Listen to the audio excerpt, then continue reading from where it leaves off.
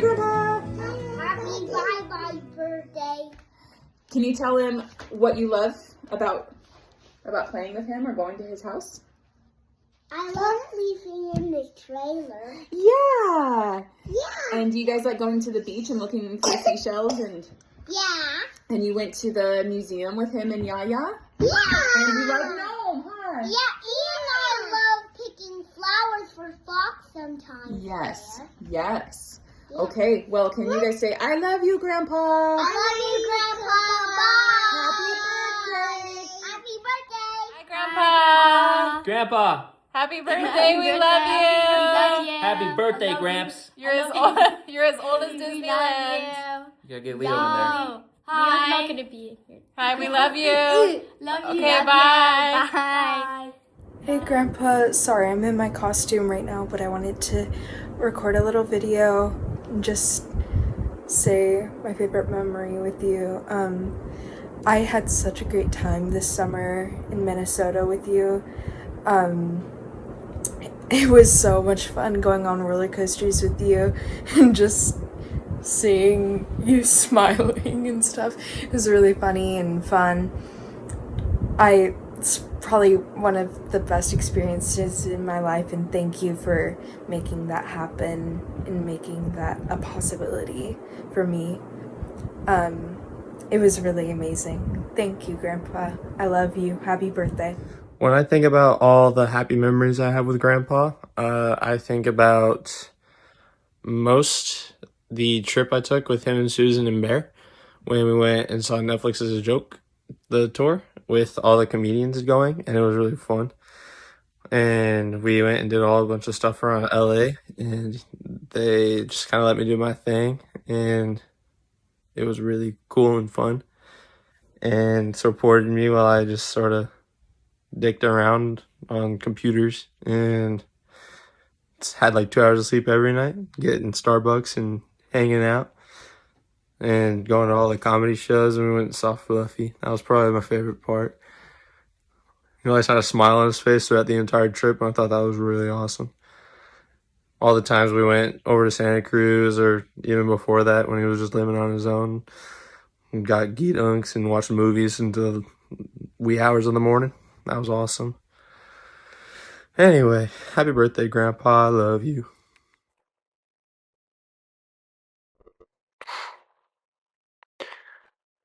Happy birthday, Grandpa. I really like the idea of this gift that we're gonna be giving you this year, and it's weird. I mean, a lot of time has gone by since the last time we got to hang out, but in the grand scheme of my life, recently you've been one of the major influences for me. The way that you've opened up your home to me and my friends, and the way you've been able to converse with me pretty much my entire life has played one of the biggest, most influential factors on my entire life. It's weird. In some ways, you've always been, I mean, obviously, always been my grandpa, but you sit in a category that feels different from Grandpa Steve and Grandma Jeanette, and even more different from Granny. I mean, in some ways, you're more of a friend. In some ways, you're more of like an idol role model. I've based a lot of aspects of, what I value and what I put stock in emotionally, if that makes sense. Um, so much of what we've shared, you know, experience with is movies or literature or like ideals. I've always loved the Red Sox just because of you. You're getting to drive your car, the Impreza, for so long. It made a really big impact on me driving around with the Red Sox license plate. I'm kind of just talking about everything that I know and love about you, but it's true. I mean, this year I know I called you and we talked about baseball, but just recently, but this year I've been extremely into baseball and um while bartending I spend a lot of time talking to random people, and it's weird. I see a lot of you, like no, sorry, not a lot, but a little bit of you in a lot of different people, like stuff that I like that'll just make me think of you. Whether it's something they say about like a sports game that's on, even if it's not baseball, or like a look they have, or like some gesture. It really like there's so many little things that like it just brings me back to you from the like the pat on the chest. Like I see that all the time, and it's like just right here, right back to you. But no, I love you more than I think people are supposed to love their grandpa, and I definitely idolize you a lot more than people are supposed to. Not that people are supposed to, but I think more than most people probably do for the average grandpa. You have a really good way of making an impression in subtle ways and also honing in emotionally on important things and making time that's spent one on one with me feel like just really extravagant. One of the times that I was staying out there, I think it was just me and Jack, but we were sleeping on the couch, and um, this is just I think about this all the time. It's so funny. You came down and you had been asleep, so you were shirtless, and you had like it was. I'd seen you and your tattoos before, but I hadn't seen you shirtless with all your tattoos before. And I think I was staring. I was just like, wow, like he really has so many. Like that's quite the thing. Like it's awesome. And you said something like, "Well, I was thinking about going to get one tomorrow, and you and Jack should come with me." And we had this whole conversation, and we didn't end up going. But I think about that all the time, and I was like, I always think that if I'd gone with you and seen it, I would probably already have a tattoo, and I will definitely have multiple in the very near future. But that's like tattoos make me think of you. I never really thought of them as important until you and David explained why you have yours, and yeah. Well, I'm just trying to get as many things out that I love about you as I can as quickly as possible so that it's easy to edit. I'm like half talking to Jerry right now, I know, but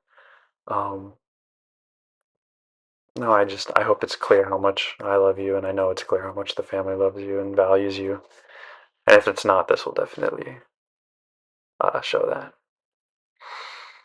Thank you for imprinting so much of what I've found to be what you love about this world on all of your family in such a way that's not harmful. I think a lot of people can cause harm to their families or not harm, but like can be like a burden or an annoyance with things like loving the Red Sox so much, or loving movies so much, but you never push anything. You just state how cool things are, and it makes people really kind of see it.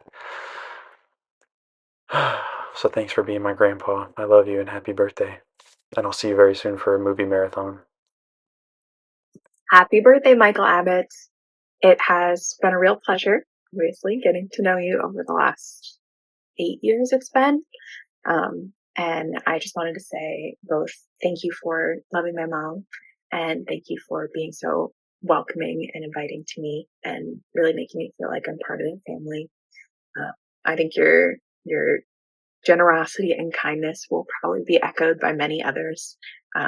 But I've been really, really lucky to be at to receive the love that you're so willing to share. I've got a lot of really great memories with you. I felt so lucky that we were able to travel to London together. And I was looking through photos of us and seeing the memories from, having the meaningful night on the beach for the solstice in California, to laying in bed with MJ and Mom and all pretending to be the grandparents from Charlie and the Chocolate Factory. There's always an element of goofy, and there's always an element of serious and sweet when I'm hanging out with you. So I wanted to say happy birthday, and I will see you really, really soon. Okay, I've done this like 12 times. I'm gonna make this one stick. I keep trying to figure out how to frame what I want to say because I have a few memories to share, and I think the common theme for me is that as I get older and realize that every year is just a process of learning how much you're becoming your father, it's been really nice to realize how comforting that is, and how many things about you I love embracing about myself and learning about myself. And you've given me a lot of roadmaps to that throughout my life. Probably the biggest thing, and I wouldn't be surprised if this is a common theme in what other people say, is how unfailingly generous you are, emotionally, materially, in all the ways. A lot of people pay lip service to, being kind or being giving of what they have, but I don't know if I've ever met anyone who is absolutely to the mat, ready to give anything they have at any point to someone who needs it. You are a generous tipper, even when nobody's looking. I think you knew that your kids always noticed. I think it physically pains you not to have more to give sometimes, and you give more than anyone I've ever met. And that sticks with me. I think you know that that's something you've passed on to your kids. You're also generous with your time. One of my favorite memories from childhood is falling in love with baseball and being nervous to ask all of the questions I had about the intricacies and the mechanics. But it's another way you've been very generous. I never remember you being impatient, even during a big game or a big moment. You were always happy to stop and explain a stat or the infield fly rule or what the fuck a balk is, which I still sometimes have to look up.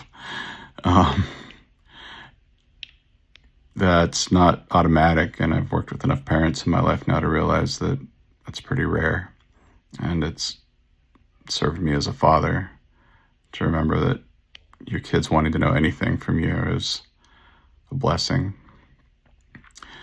I think the thing I love most about you, and the thing that's hardest to articulate, is how you have, at heart, you're a storyteller, and you have a cinematic eye and a director's mind, and you have a way of framing life in moments, recognizing moments in others, or pulling together moments and finding meaning in them.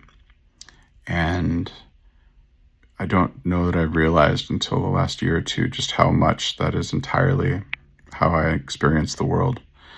From the way that you would, in a movie, pause a moment. I remember you pausing, watching The Untouchables and talking about Sean Connery's moment of genius. Or pulling me aside after something that you perceived to be an important moment in my life and telling me to remember it, a thing I wouldn't have done if you hadn't taught me how to do it. Learning what was important to you based on what you found important. And the way that I felt that the most is when I was in Mexico. It's no small thing to say that I received a lot of letters because we have a big family. Mom mailed letters to me almost every week, but only one person mailed me a letter every week, and I have all of them. And most letters from home were well wishes from people and news, updates on what was going on, encouragement. But you would write these letters that were long and considered. You would share memories, thoughts you were having, ways you were growing. I had whole passages that I would cut out and I would take down to the corner and laminate at the corner store in Mexico, and I would put them on my wall. Stories about when I was too young to remember, stories about before I was born. My favorite story about you riding through the desert with me and Mom, listening to The Pretender, and feeling all the fear and potential and excitement of having your whole life ahead of you. These are things that have made sense of my life for me, and your ability to make sense of things, not just for yourself, but for other people, to interpret and to see the importance in moments is really precious to me. There have been times where I've completely missed the point, and you help me find it. I love you. Happy birthday, Dad. I love you. Happy birthday, old man. I am here in my mailroom this morning, responding to a prompt from Jerry and Susan to reminisce for a moment about my favorite memory that I share with you. And there were a lot of contenders. The first thing that came to mind was something as simple as Glasses Off. Glasses Off is a game that I play with my dog now, because he'll eat them. But I understand why the glasses needed to come off. Other choices included, of course, the night that we saw the residents for the first time. That was very formative for me. But that's also the reason that is not my most cherished memory with you, is because until that night I didn't quite know who I was yet. And a lot of fine memories that we share came during times that one or the other of us hadn't quite reached the place that we wanted to be in life yet. And the more I thought about that, I've been mulling over some of my favorite memories of Dad lately. The one that's sort of floated to the top happened probably just about 30 years ago, right around now. On October 24th, 1995, Dad, on his way home from work, stopped by Warehouse Records and picked up the new Smashing Pumpkins album, Melancholy and the Infinite Sadness, and brought it home, and I put it on, and I didn't really turn it off for 2 or 3 years. And I remember a couple of weeks after it came out, a week or two after it came out, we were driving, just Dad and me, and we were in the Montero, and we didn't have a CD player in a car yet. That didn't happen for another few months, so I'd made a tape of the album, and I was listening to it in the car and put it on the beginning and let it play. And I got to the fourth song, Zero, and right before it gets to the part where Billy says, emptiness is loneliness, and loneliness is cleanliness, and cleanliness is godliness, and God is empty just like me, which I just thought, you can't play that, you can't say that, that's not okay. And then a couple lines later, he says something about bullshit, fakers, I don't know. Anyway, I knew it was coming, and I anticipated it, and I had my hand on the volume knob, and then I cranked it counterclockwise right when it got to the objectionable lyrics. And I had an awkward laugh or a cough or something over the silence, and then I turned it back up. And right away, Dad said, whoa, what are you doing? Why'd you just turn it down? And I knew he knew why I did it. But I was embarrassed, and I was, blushing. And I said something like, it's got a few bad words, not very many. Just, I turned it down. Just some bad words. I don't have to hear them. I don't listen to them. And Dad said, okay, do you know what the words were that you just muted? And I said, yeah. And he said, well, then you had them playing in your head the whole time. What was the point? Was it for me? Because I know those words too, and turning them down doesn't make them go away. If anything, it amplifies it because your brain is focusing on the words that are going by. And Dad said, I don't believe in censorship. Play it or don't play it, but don't think that turning it down makes it cleaner or makes it pure. They're just words, they're just song lyrics. They won't hurt us. And that lesson stuck with me forever. I teach a variation of that lesson to my students every year. It taught me about hypocrisy and piousness and artistic integrity and honesty and so many different things. And yeah, there's a lot of memories, but that's the one that jumped up for me. I love you, Dad. Happy birthday. Happy 70th, Dad. I love you so much. I'm really grateful for the relationship that we have. You are the perfect balance of my best friend and my dad. And you know when to give advice. You also know when to listen.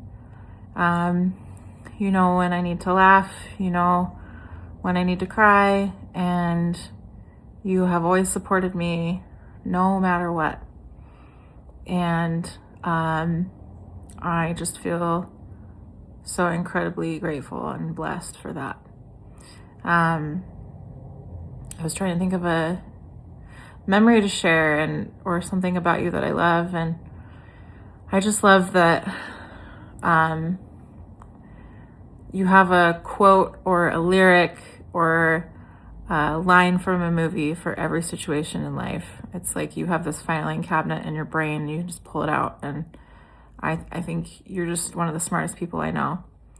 And I love that you just have that ability to recall anything. So yeah, if I could be half as witty and smart as you at 70, I'd take it. So I love you. Happy birthday. Happy birthday, you old fart.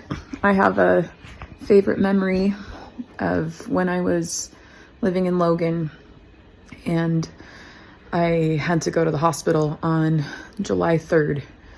Don't really remember why, but it was July 3rd, 2009.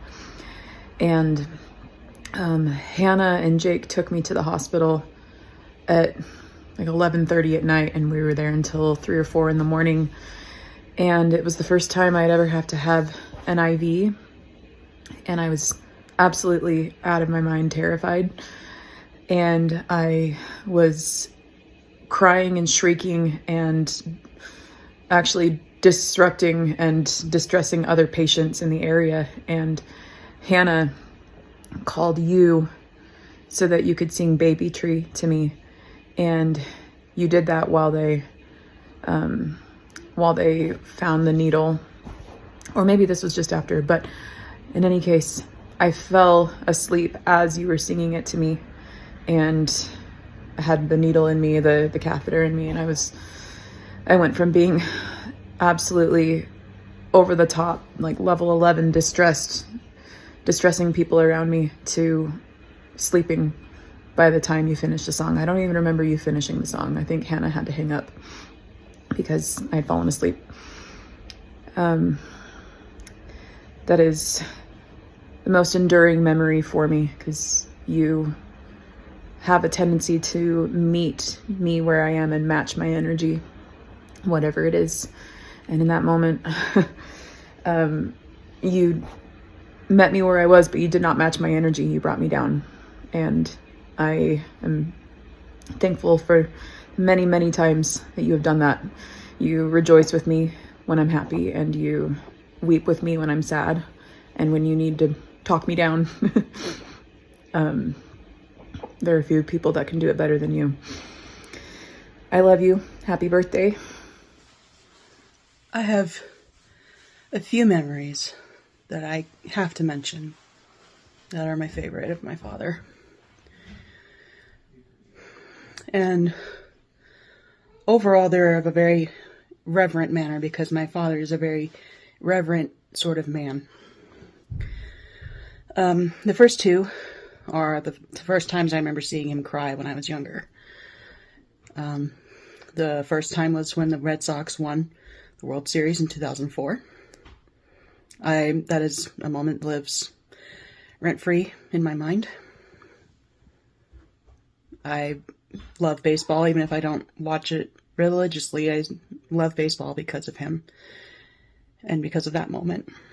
The second was when Obama won the presidency, and he gave us all copies of the New York Times of when he won.